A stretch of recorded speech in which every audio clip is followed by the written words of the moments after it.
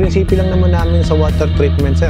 Bigyan mo kami ng tubig na hindi na baling malabo, hindi na baling may kulay kape. Huwag lang po yung maalat. Okay, kung fresh water yung tubig mo at ito yung machine mo, yung reject water niyan, pwede namin i-reprocess yung reject, magiging product ulit. Yung issue na dahil malapit sa dagat, maalat ang tubig, actually, it's not 100% true. Kasi there are some places na kahit katabi mo na yung dagat, dito fresh water. Ang totoo niyan, ang mga tubig na 10 ppm and below, ginagamit sa dialysis, ginagamit ang tubig ng baterya. Yung pagtatayuan namin ng building, malapit sa Negro, makakapit sa yun. Hindi.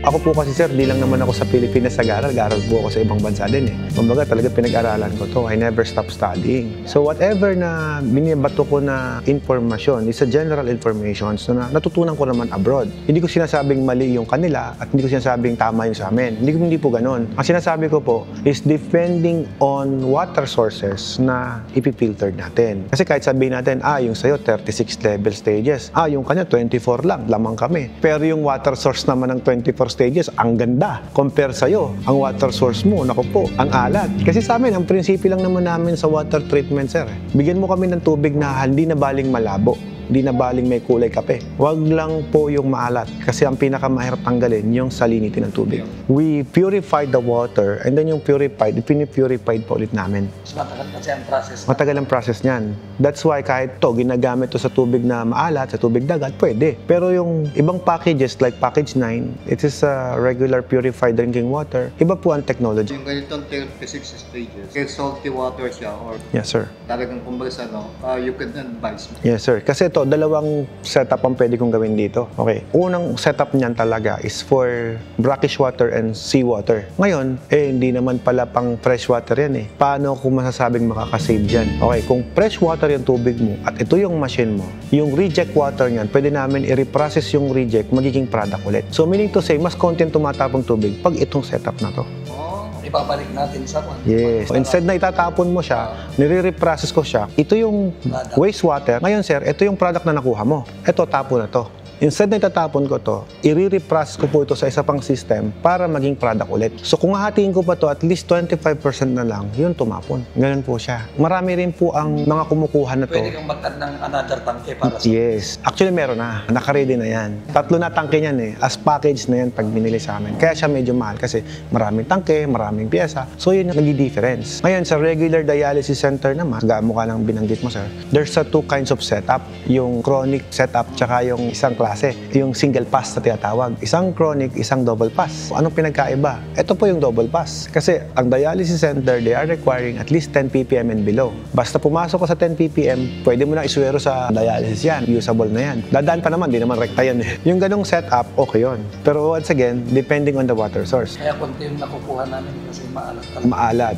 Yung Mas maraming carbon. yung issue na dahil malapit sa dagat, maalat ang tubig, actually, it's not 100% true. Kasi there are some places na kahit katabi mo na yung dagat, dito fresh water. Minsan mababaw, sir, fresh. Minsan malalim, fresh. Minsan naman, yung malayo, malalim, maalat. Yung mababaw, ang fresh. Kasi napapansin namin sa amin, yung waste namin, kada kwan ng tank, nagraras. Yes. Ibig sabihin, ang nagiging source para na nag-distribute sa inyo is tubig alat. Hindi, Angel. May sarili kasi yung dialysis.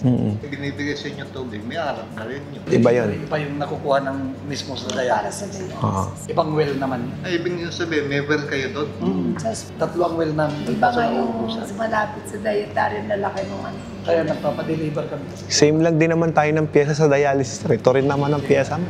Iibahin mo lang dyan, sir, yung dialysis tank eh. Meron din kasi ako ng dialysis tank na ginagamit. Yun kasi yung dialysis tank, sir, yung puti. Yung food grade na plastic. Meron ako dyan eh. Ginagamit ko naman yun pag baha, sir. Ang gusto ko, pagka nag-drain ako, talagang drain. So hindi pwedeng may latak na may iwan. Kaya ganun po yung structural ng tanke. Parang embudo yan. Dapat mawala talaga yun. Yes, sir. Tapos magpo-produce ka ulit. Oo. Tapon na talaga, sir. Di pwede na i-stock. Hindi pwedeng i-recycle. Kumaga, sir, ganito, yung pinag-uusapan natin, sir, masyadong technical. Magkaiba lang talaga ng application, sir. Ngayon, sa negosyo naman, sir, ganito yan. Siyempre, papaano, sir, kung hindi ka namin kayang bigyan based on your water source? What if? Hindi ka talaga namin kayang bigyan ng 10 ppm and below, not unless ido-double pass namin. So, you will decide anong gusto mo. Ido-double pass ba natin just to get your 10 ppm or okay na sa'yo yung 20 ppm since pang-inom naman? You will decide. Standard ba ng 80? Sa atin, yung masarap na lasa ng tubig. Sa standards natin, 600 actually pwede inumin. Observation namin ang usapan pwedeng inumin. Pero ang observation po namin, yung 300 ppm, sir, pag ininom mo, bigat eh. Alam mo yun? Parang bunsul ka agad pag inom mo. So, it's not good business pagka ganon. Kasi gusto natin, maubos yung tubig natin, mabenta. Paano mo ibebenta, ma'am, kung yung tubig mo, 300 ppm? Example, nasa bote ng Summit, they claim that that is a natural drinking water. Ang tanong ko po ba, yun po ba, hindi masarap ang tubig? Di ba, masarap naman lasa ng tubig? The official drink of our Philippine athlete. Kasi may mga magnesium, may calcium, may phosphorus na nandun sa tubig. Alam mo kung ilan ang ppm nun? 110. Nakalagay yun sa bote nila, 110 ppm. Tapos tayo, mag-aarte tayo na, uy, 20 ppm, bagsak. Hindi po ganun. Ibig bang sabihin, kung bagsak yung 20 ppm, hindi mas bagsak yung Summit. Andun yung mga minerals na Ano, naiiwan. Yes. Hindi siya harmful Alam ko Ay, kasi, mas mataas yung calcium. kailangan naman natin ng ng minerals. Tama po kayo. Sabihin natin business ng Sa atin po, sa negosyo natin, sir, kapag satisfied si client, like you, okay na ako sa 80 ppm kasi ganito kapangit yung water source ko, okay na ako doon, ito na yung market namin kasi masarap naman yung lasa ng tubig. Siniro mo naman to, dahil na yung tubig mo. Acid na yan. Mag-acid yan. We don't want that. Dahil napag-aralan naman natin, sir. I don't want you to fool na lukuhin kayo. Ang totoo niyan, ang mga tubig na 10 ppm and below, ginagamit sa dialysis, ginagamit ang tubig ng baterya. Doon papasok. Ngayon, sir, yung tubig po na yan, dahil po yan ay zero, walang calcium, walang kahit ano. Ngayon, pag ininom mo yung tubig na yon, mapapansin mo na yung laway mo natutuyot. If the water absorbing your saliva, actually, pati yung mga calcium mo sa katawan, ina-absorb niya. Ang tawag nga ng mga Hapon po dyan is leach. That's why they are promoting the alkaline and mineral water. nung wala pa namang mga water refilling stations. Ang tubig natin from natural lang. Yes, natural talaga. Kasi machine process po ito. Sa UV light pa lang po, ma'am, patay na ang bacteria eh. May UV light lahat yan eh. Sa membrane pa nga lang po, hindi na nakakalusot ang bacteria eh. Ang reason kung bakit may UV light ulit yan bago lumabas sa finished product, sir, kasi ini-storage natin yung tubig. Diba? Ang sistema po kasi, ganito lang eh. From deep well, process natin to pre-treatment, which is yung tinatawag niyong stages, but actually we called it level. So dadaan po siya sa 30 level of filtration system. Ang daming filter nun, may element, may mga carbon, meron tayong softener, manganese, kung ano nung gusto ilagay natin dyan, na naka-custom made naman yon sa tubig na binigay niyo sa amin. For example, makalawang, lalagay namin ng maraming manganese. Mabaho yung tubig, lagay namin ng maraming carbon. Hard water, lagay namin ng maraming water softener. So binabalanse namin lahat yon bago dumaan po sa membrane. So pagdaan sa membrane, sir, doon na po maghihiwala yung marumi at malinis. So kukunin natin yung malinis, tapon yung marumi. Ngayon, paglabas po ng malinis sa tubig, ilalagay natin sa tangke. Yung tangke, sir, storage tank. Hindi po siya pressurized tank. So technically, yung tangke po na yun is pwedeng may alikabok na pumasok, may, alam mo yan, may mga maliliit na insekto na lumusot doon or whatsoever. Hihigupin ng pump natin ulit yon, yung tangke na yon. Finished product na yun, sir, take note ha. Doon pa lang sa tangke, pwede mo nang mainuman tubig kasi sobrang linis na nun. Hihigupin po ulit yun natin. Ngayon, pag higup po ng pump yun, dadaan sa mga filtration yun, tsaka dadaan sa ultraviolet. So pagdaan sa ultraviolet, doon na po yung finished product. So lahat ng malabas sa faucet, fresh drinking water na nire-process ulit natin. Ganun po gumagana. Kung tatanungin mo ko, sir, may buhangin po ba? Totoo ba yung nakita ng water station? Kalukuhan yun. Sabotage yun. Opo. Kumbaga talagang pinirasis natin ng tama is ginawa natin ng sistemang tama yan. Wala akong makikitang reason para mag-fail tayo sa Bacti. Ang nagpe-fail sa Bacti, ito po yan. Kapag may fecal coliform, imposible sa product yon. Pwedeng sa lalagyan. Pwedeng sa takip. Di ba? Yun yung pwedeng panggalingan. O pag naman HPC, heterotopic plate count, pwedeng sa hangin. Kasi kung kumuha ka ng sample, may bukas na electric pan na hanginan, pwedeng mag-fail agad yun, ma'am. Case-to-case basis. Minsan nga po, ma'am, ang nakalagay sa rule natin, after collecting the water, dapat 3 hours na sa laboratory ng tubig at ilalab na. Minsan sa handling, minsan sa courier pa lang, nagpe-fail na. May mga client din tayo. Of course, di naman 100%. May mga client tayo na minsan, nagpe-fail sila sa Bacti. Pag nag-fail ka sa Bacti, huwag kang manlulumo na nag-fail ka sa Bacti kasi pwedeng lalagyan lang po yun kung bakit ka nag-fail eh. Pwedeng pahaba, pwedeng kwadrado. Pero ako kasi pag nagde-design ako ng building, gusto ko yung pahaba. Pero pwede namang nakakuan yung tangkingan, di ba? Sir? Tagilid. Ang structure, tapos Pwede. Pwedeng 4x6, pwedeng 5x5, pwedeng pahaba. Kailangan ba na yung roofing niya is cementado? Hindi naman requirement yun. Basta ang requirement natin, ma'am, maging malinis po yung facility natin. Doesn't matter kung anong materials ang ginamit mo. Kasi ganito yun, sir. Yung place yung source ng tubig namin, malinis talaga. Basta positive si ma'am na malinis yun. Hindi, kasi ganito kasi. Sige pa. Yung pagtatayuan namin ng building, malapit sa Puso Negro. malayo naman yung water source, hindi problema yun. Hindi, ang point ko nga is makaka-affect na yun, sir. Hindi. Sige, sabihin na natin na ganon. Yung deep well mo, malapit sa Puso Negro. Sabihin mo ng ganon. Pagka nag-test sila ng tubig at wala namang nakikitang bacteria, anong dahilan para di ka makakuha ng permit? Kung wala kang contamination ng fecal and coliform. Sa San Fernando kasi, ang requirements nila is at least 12 meters kung ano. Actually, ma'am, 25. 25 meters away. Poso Negro to water source. If you can provide a space for your finished product, syempre that will be a lot more better. Kung wala tayong space, kumbaga, if you have only 25 square meter, maglalagay pa ba tayo ng mga pader-pader para lang i-isolate yung product? Of course, hindi na. Minaximize nga natin yung space eh. I-organize lang natin ang tama. Basta ito lang ang gawin natin. Make sure na yung product natin hindi nakabilad sa araw. Kasi nakalagay yan sa plastic. Tapos it should be at least elevated ng 10 cm sa ground. Kasi maraming mga insekto or na lumalakad-lakad dyan. So if you want to put it outside, make sure may bubong. Tapos make sure na elevated siya. May I suggest yung yung paleta. Pwede yung paleta. Ipatong nyo dun yung mga tubig ninyo. Para at least hindi po siya direct dun sa lupa. Kasi kapag may mga crawling insects doon, pwedeng makontaminate yung tubig na binibenta nyo. Ang reason kung bakit tayo nag-water station and why we are still following the guidelines is para hindi po makontaminate yung tubig natin. Kung gusto mo siyang bigyan ng magandang storage, syempre maganda yun. Kaya lang, syempre, kumakain ng space yun. Some of my customer, ang ginawa po nila, sir, syempre, maliit ang space. Yung isang firewall na wala namang instead na sabitan lang daw niya ng mga mayor's permit niya na naka-display na gano'n. Ang ginawa po niya, nagpa-welding siya ng container na shelves. So doon lahat nilalagay yung mga container niya. Dito yung empty bottles, dito yung may laman. Para hindi nga naman nasa floor. Yun. Pwede pong gayahin niyo po yun kung gusto niyo. Meron akong na-vlog na isang water station, yung Pure Drops. Maganda po yung kanilang water station facilities. Pwede niyo pong bisitahin yun. Nasa YouTube. Wala tayong problema sa space niya.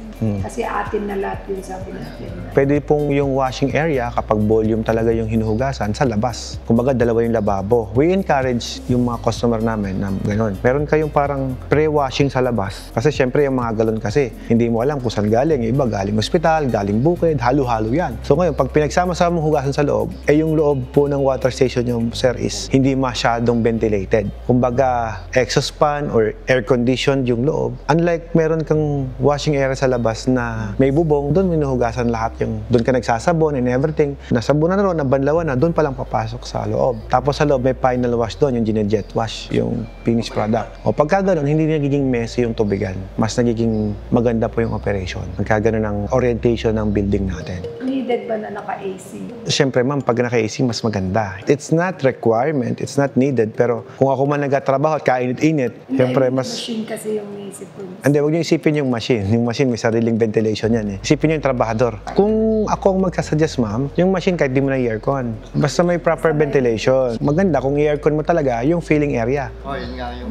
Yung filling area, siyempre, doon yung tauhan mo, doon nag-i-refill yun. Maganda naka-aircon siya, lalo kung i-required mo siya, ma'am, na naka-gloves, naka-bota, alam mo yun?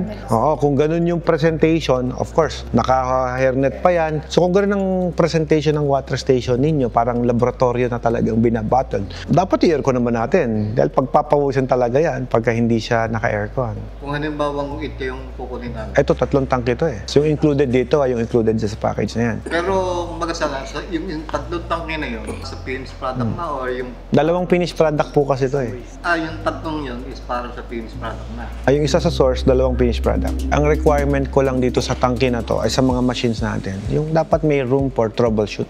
Hindi naman required na sobrang laki ng space niyan. Kailangan lang po yan, pag nasira, makakagalaw tayo. Makapagpalit ka ng filter na maayos. Yun lang ang kailangan ko dyan. Pero kung sabihin nyo na, dapat ito, dikit-dikit tong ganyan, compact na compact, kayo rin ang mahirapan eventually. Kung ako magsasuggest, siyempre, unang-una, hindi ko naman alam yung building structure ninyo. That's why we need to site visit para at least maiplano. Kasi wala po akong idea sa paglalagay natin. So, paano ako makapag-suggest? Hindi ko makita yung orientation ng building. Actually, wala pa yung building. Gusto namin na pagka nagawa namin building, wala kaming titibagin later. Para magawa po natin yon, the best thing to do is we have to choose the machines na bibili ninyo.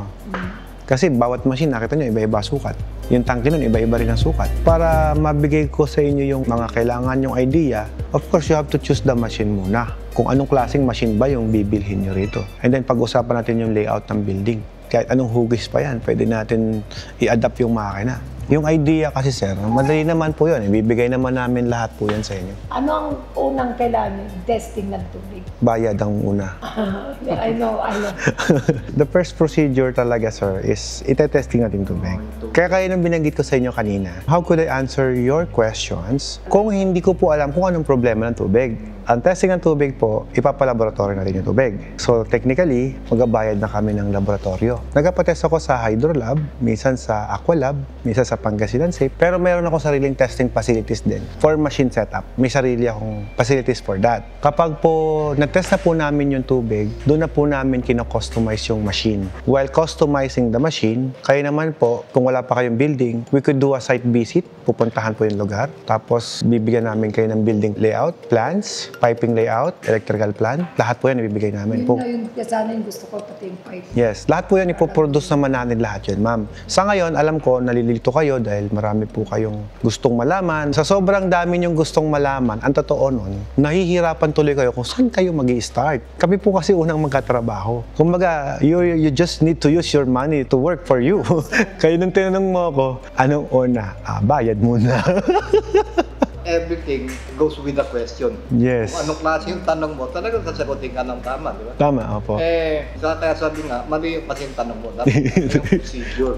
Ako ng proseso, kami talaga magkatrabaho for you. Yun ang totoo nun. So, since kami yung magpe-prepare ng building layout ninyo, kami yung magpapalaboratory ng tubig ninyo, kami yung mag-i-inspect ng area. Ngayon, magko-collab tayo. Kasi kayo, may idea kayo. Kami may idea din. May experience. Now, you will give me your idea na, property ko to.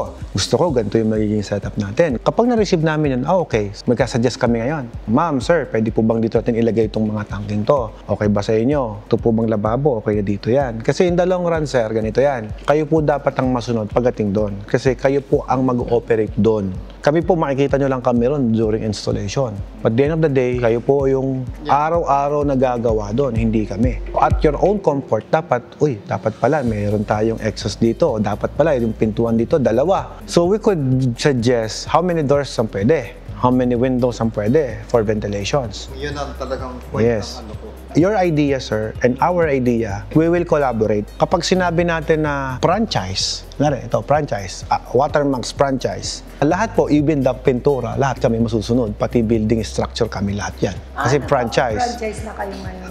Sa ngayon, ayoko pang pasukin, ma'am.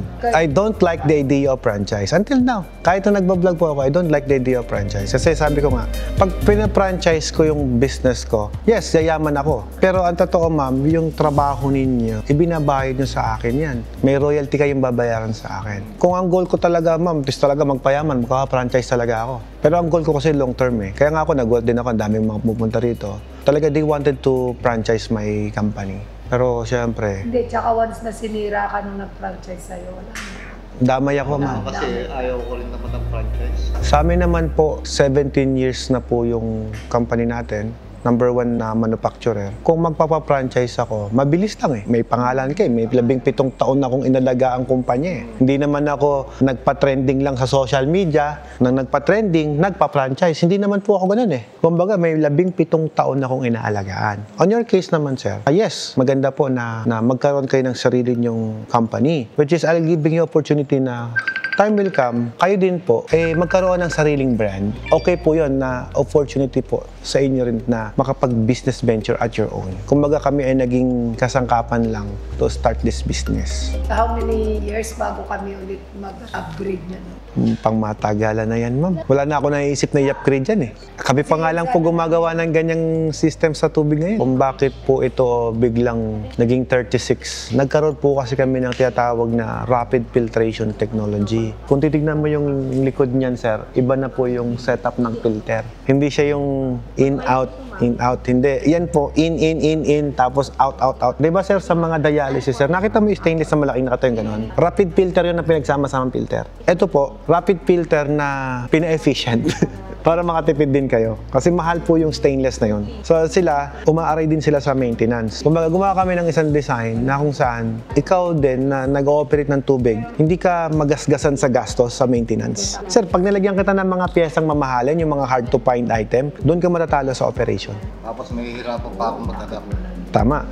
Sir, alam mo yung filter na Big Blue, di ba gumagamit kayo nun? Yung Big Blue na ganyan kalaking filter? Sir, magkano yun? Isang piraso? Hindi kasi ako yung purchase. Bigyan kita ng idea. Ang presyo po nun, 800 pesos to 1,200. Depende sa brand. Sir, yung sa amin, ang katumbas ng Big Blue is 2 pirasong filter na ganun. So, instead na gumamit ako ng Big Blue, gumamit ako ng maraming 2 filter, sir, na magkatabi, na naka-series ang installation. Parallel ang tawag natin dyan. Iba yan. Kasi sir, pag nagkamali tayo dyan, yung pressure requirement ng membrane mo, magkakaproblema eh. Meron kasi tayo sinusunod na pressure dyan eh.